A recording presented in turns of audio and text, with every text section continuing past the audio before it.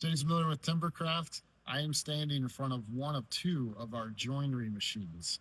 These machines cut accurately and fast, which is a huge part of our manufacturing process. After they are milled here, we actually take it to the other side of our shop where we pre-assemble the entire structure front to back and left to right, and then deliver it to your jobs.